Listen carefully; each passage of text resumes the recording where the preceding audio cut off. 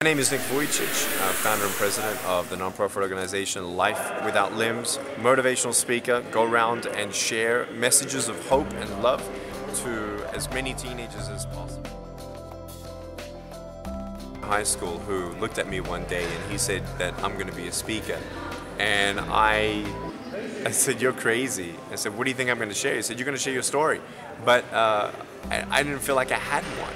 And in my life, I just felt, you know, that there was a greater purpose, and I didn't yet find it. So I'm really thankful that he inspired me, and now it's been around, traveled around the world, and just bringing people hope.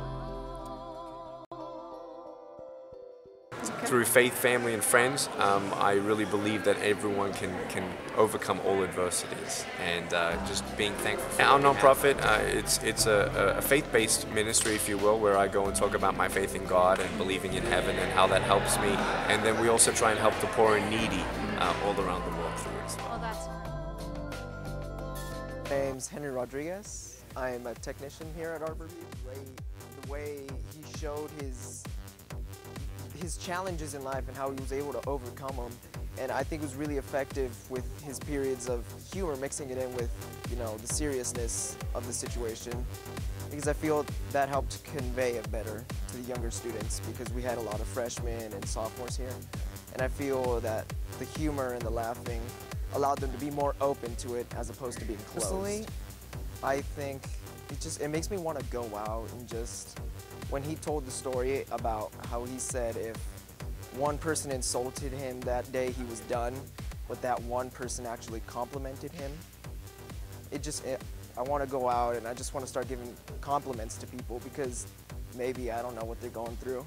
Maybe that compliment can do the same thing for them. They won't care what those other 12 people say. He made a big impact on all of our lives. He was a very powerful speaker, and you know, it's hard just being born like that, and he made the most out of it. I think it was really great, and I think it really made an impact on our school and the bullying here, and I think it was important because it really showed his faith through what he talked about and how he was passionate about his religion and to stand strong for what we believe in. And personally affected me faith-wise because it's important to stand strong in our faith, and he showed us that through his message, and he also showed us that we shouldn't give up on ourselves, and we should, yeah, just stand strong.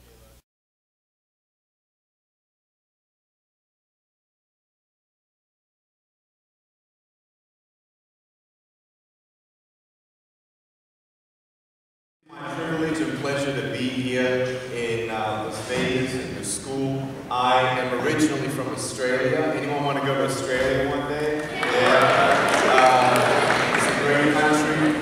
My wife and I and our 2-year-old son, we live in Los Angeles, and actually we are honored to have my wife kind of here present. Everyone, welcome my wife. She's over there. She'll wave so you know who she is. That I have, you know, found a secret in life where everything is perfect. That's not me. You know, I want you to know that there are many ups and downs in our life. You see my foot? Ups and downs, ups and downs. And, I love rolling foot. I've got 2 toes. I can do the peace sign, peace. And I can actually type 43 words a minute on a normal computer, and after 2 cups of coffee, 53 words a minute. And I drive a wheelchair here. I've got a BMW tag on the back of it, and I'm going to put like neon lights underneath it, and like get like a big stereo system. And you know those cars that have like hydraulic systems, like suspension and stuff? Like, can you imagine a wheelchair going down the street, going boom, boom? Which is so cool. But I grew up in Australia. My doctors don't know why I was born this way. My parents don't know why I was born this way. And Lady Gaga doesn't know why I was born this way. And sometimes in life, things happen that don't make sense, that you can't control, that you can't change, that you can't erase. But the big choices that we can make is, well, who you are today, and who you're going to be, and where you're going. And for me as a kid, you know, people come up to me and say, well, what do you want to be when you grow up? I'm like, I don't know. What am I going to say? A fireman? Like, I'm like the worst fireman in the world. You know,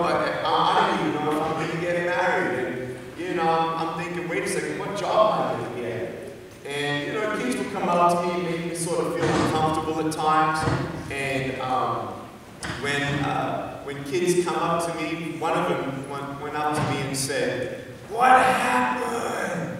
And I went up to him and I said, "Cigarettes." He's never been smoked.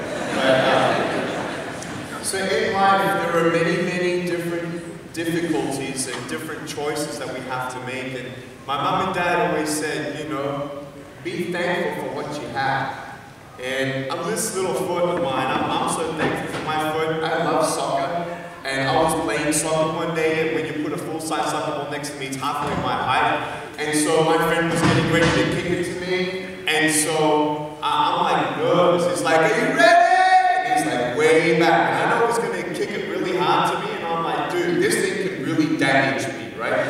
And so he's getting ready, and I'm like nervous. My palms are sweating, my knees were shaking. And he gets ready and he goes, boom, boom, like this. And this ball's coming at him like a homing missile, right? You know when something's coming for you and you know it doesn't matter where you're going, you'll tell you something.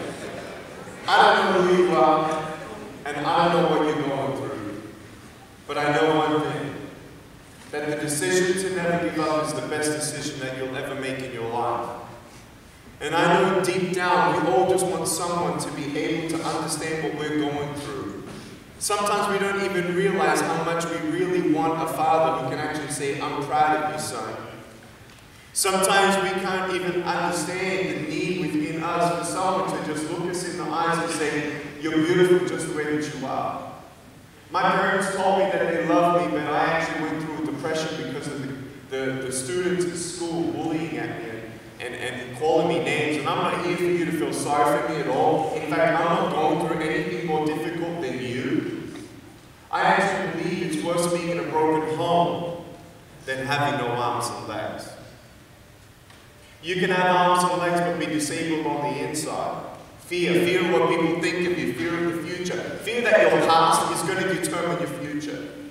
I want you to know right here, right now, that you're beautiful just the way that you are. Girls, you're beautiful, and you boys, you're men. Let me ask you, do you think I'm good enough to be your friend? Yeah. Am I cool enough to be my friend? Are you sure? Yeah. But I have no arms and legs. Are you still going to be my friend? Yeah. So you're telling me that it actually doesn't matter about how I look? Well, you didn't ask me any other questions whether I'm cool enough. Nick, do you say the F word? Nick, do you do drugs? Nick, do you tease people? Are you part of a cool group?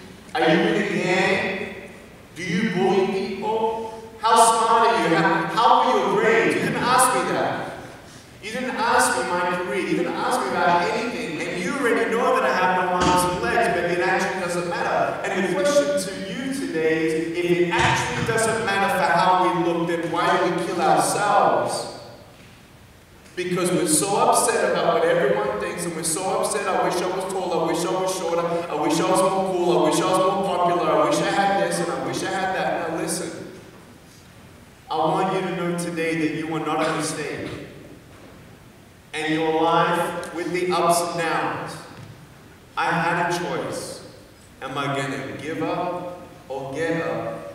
And I want to tell you right now, don't worry about what other people think of you. You don't have to be someone you're not. Be the best you that you can be. You don't need to be me, and I don't need to be you. And I don't want you to change me. I want you to accept me the way that I am. Does that make sense? And if someone is not my friend because of how I look, then guess who's got the issue? Me or them?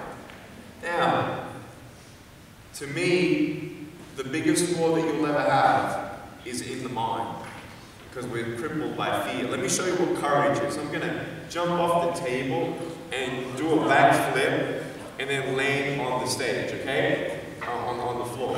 Okay, you ready? I want to show you what fear is. Ready? Girls, are you ready? Boys, are you ready? Here we go.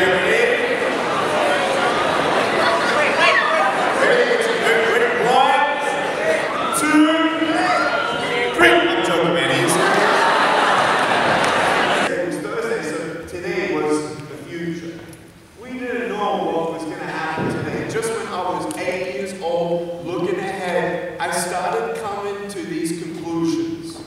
that took me away. Here's the truth. I am an author. I am blessed beyond anything that I can ever describe in words, to have Kanae as my wife, have our son Kiyoshi. I love him so much. We're pregnant with the second one, 16 weeks pregnant.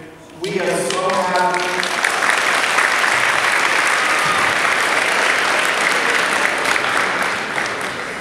In 2013, and I don't lie, I don't exaggerate, in 2013 I met with 13 presidents. I spoke at 5 national governments. I had crowds as large as 110,000 people and the largest TV live audience of 270 million people watching live in the world. In 1 year, in 17 weeks of travel, we reached 400 million people on TV for 1 hour.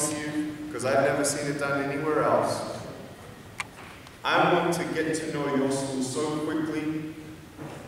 I want to be able to become someone who brings everything that I've said into reality.